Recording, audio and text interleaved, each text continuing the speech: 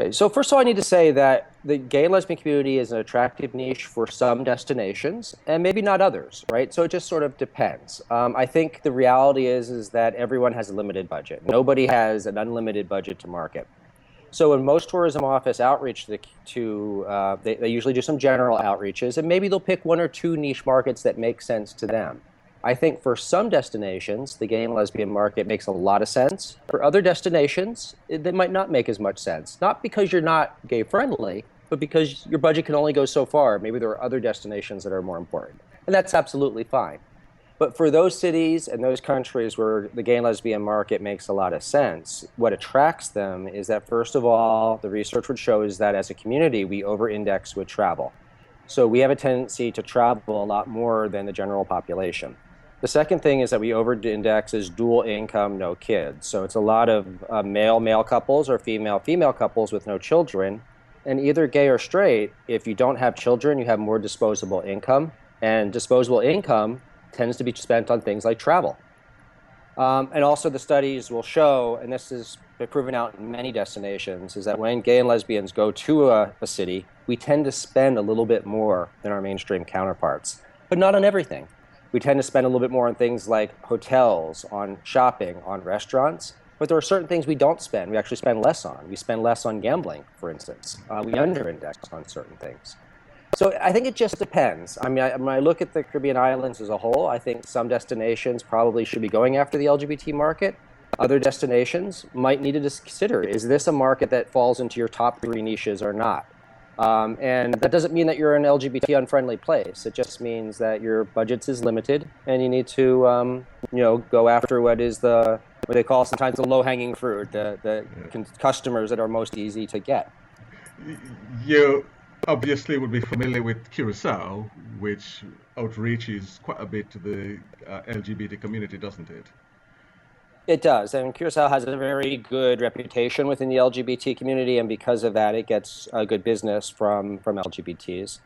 And if you look at, North Central, South America, and the Caribbean, not all countries or destinations are outreaching. So some are, some aren't. And for those that are outreaching to the LGBT community in a competitive environment, it gives them an advantage. For those that might want to consider it, that may not be doing it right now, but would sit and listen to your presentation at the State of the Industry Conference, and they want to consider it, what must they have in place if they want to attract this niche? Right. The number one concern for LGBTs when they travel is the concept of safety. And actually, the LGBT market is not that different than the women's market in that way. And by the women's market, I mean just the general women's market, is that LGBTs do have a history of getting harassed and sometimes violence when travel. Now, that's not as bad a situation today as it was at one time, but it's something that's always in the back of the LGBT community's mind. So your destination needs to be perceived as safe. That is the number one thing. And it not only needs to be perceived safe for the traveler, it needs to be perceived safe for your local LGBT community also.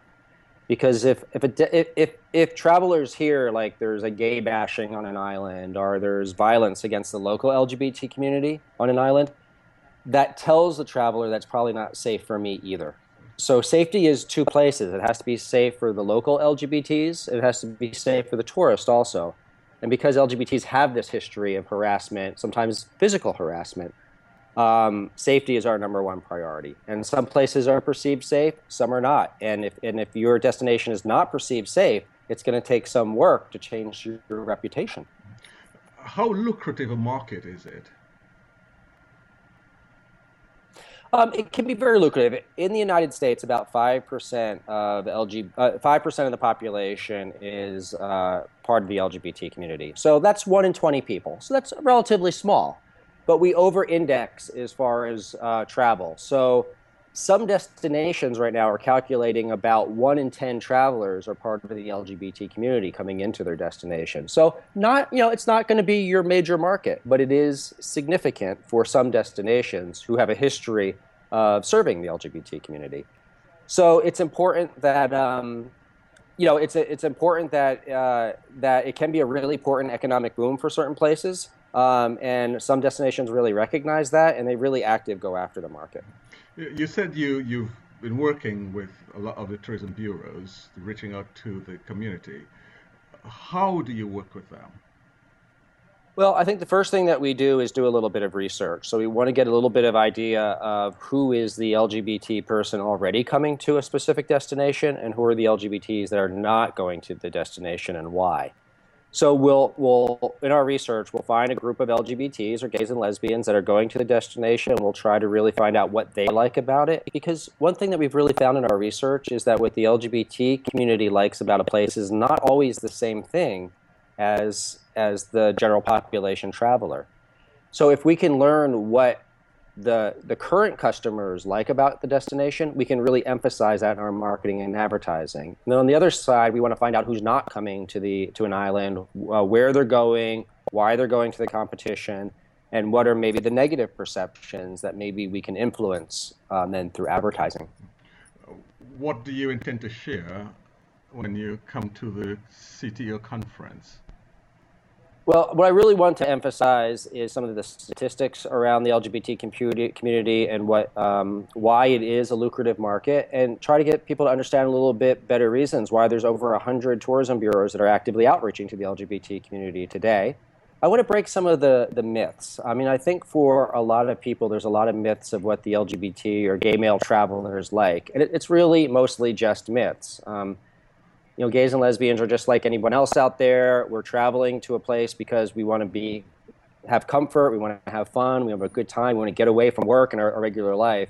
And there's basic motivations of why we travel are exactly the same as everyone else. So I want to talk about some of those stereotypes. And then I also want to talk about some of the outreach strategies that have been successful for other destinations. What are some of the top trends today with the LGBT market?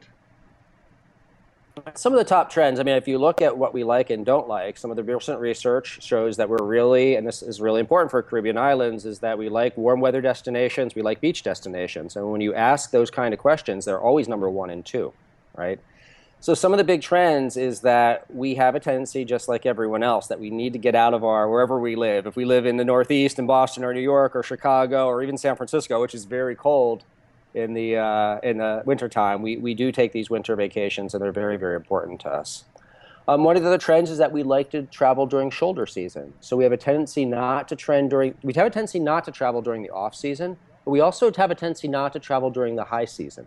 We have this tendency to travel during that shoulder season, and that could be, again, a very lucrative time to try to fill hotel rooms at a time when destinations need a little bit of help.